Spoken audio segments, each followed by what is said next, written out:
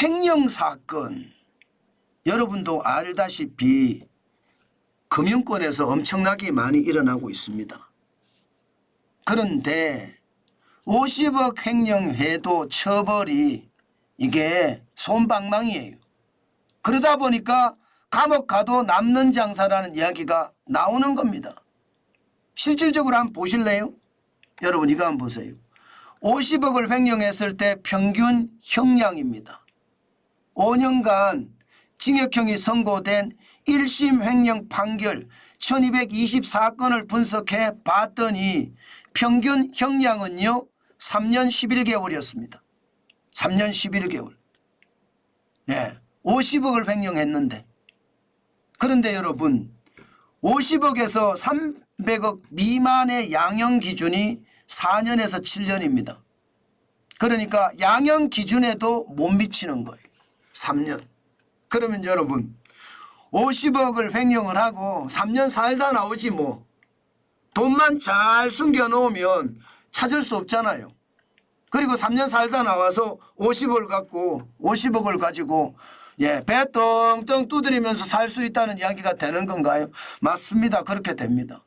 그런데 제가 50억을 이야기한 거잖아요. 50억이 4년에서 7년 양형 기준이라고 했잖아요. 그런데 이게 50억이 아니라 300억이 돼도 4년에서 7년이 양형 기준입니다. 300억은. 300억은 이상도 말입니다. 5년에서 8년밖에 되지 않습니다. 2009년 이후에 15년째 양형 기준은 제자리를 맴돌고 있습니다. 그러니까 300억씩 500억씩 1000억씩 이렇게 말입니다. 횡령을 하고도 이게 어떨 때는 쉬쉬하고 넘어갈 때도 있어. 쉬쉬하고. 왜냐하면 어느 금융기관에서 이게 횡령 사고가 터졌느냐에 따라서 회사의 이미지마저 달라지니까. 게다가 횡령 범죄에 대한 처벌에 대한 양형 기준도 굉장히 낮으니까 웬만하면 안 하는 거예요. 웬만하면 안 한다. 그러면 여러분 어떻게 될까요? 지금 금융권에서 횡령은요 수시로 일어날 수 있습니다. 보세요. 1억에서 5억 미만의 횡령은 1년에서 3년 징역형이에요.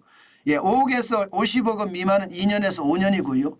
50억에서 300억 미만은 4년에서 7년입니다. 300억 이상도 5년에서 8년밖에 되지 않습니다. 그러니까 금융권의 횡령이 엄청나게 많이 일어나는 거예요. 2019년만 하더라도 131억 6천만 원이었거든요. 2020년 보세요. 177억 4천만 원. 2021년은 굉장히 낮았습니다. 그러나 2022년 1010억 7천만 원이 1010억 7천만 원. 2023년도 643억 원이고요. 올해도 1월에서 6월까지 15억이거든요. 전체적으로 보면 요즘 한탕 해먹자 하는 사람들이 굉장히 늘어났다는 이야기죠. 이게 말입니다. 한탕을 해먹어도 뭐 오래 살면 뭐 3, 4년 살다가 나오니까 어느 누구든 감옥 가도 좋다. 나는 돈을 100억 이상 빼돌려 놨으니 그 돈으로 열심히 살면 된다. 그 다음에 나와서 배 떵떵거리고 살지 않겠느냐 이런 얘기가 나오는 겁니다.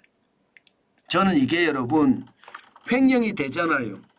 횡령이 되면 이게 여러분들이 다 물어요. 이 돈을요. 어떻게 무느냐. 아니 금융사 입장에서는 손해본 만큼 대출률 대출 이자를 올릴 거 아니에요. 대출 이자를 올리는 건 여러분들이 대출을 받았으니 받은 분들이 많으니까 대출 받은 만큼 올라가는 게 현실이니까 계속 올라갈 수밖에 없겠죠. 참 이런 한탕주의 대형 횡령이 지금 곳곳에서 벌어지는 것 이것은요 이제 정부가 나서서 개선을 해야 돼요. 이게 결국은 국민 부담이거든요. 양형 기준도 2009년 이후에 지금 15년째 제자리란 말입니다. 인플레이션이 얼마나 많이 됐으며 돈의 가치는 얼마나 많이 떨어졌습니까? 그러면 횡령의 기준도 저는 대폭 올려서 말입니다. 횡령 범죄를 사전에 막을 수 있는 것 당연히 해야 된다고 생각을 합니다.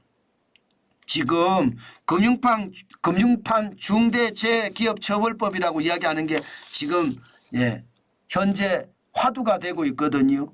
다시 말해서 배임이나 횡령이나 개인적 일탈 금융사고가 발생을 했습니다.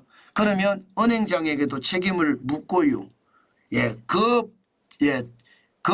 부문장에게도 책임을 묻겠다는 게 이게 금융판 중대재해처벌법인데 이거야말로 진짜 필요한 거 아닌가 싶어요. 이거야말로.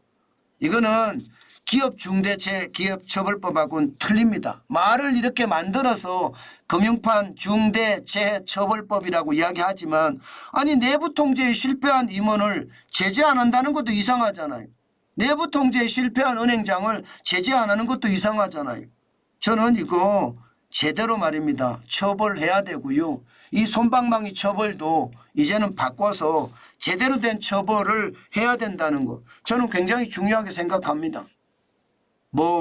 금융판 중대재해처벌법이라고 하는데 그거는 금융판 중대재해처벌법이 아닙니다. 그거는 당연한 겁니다.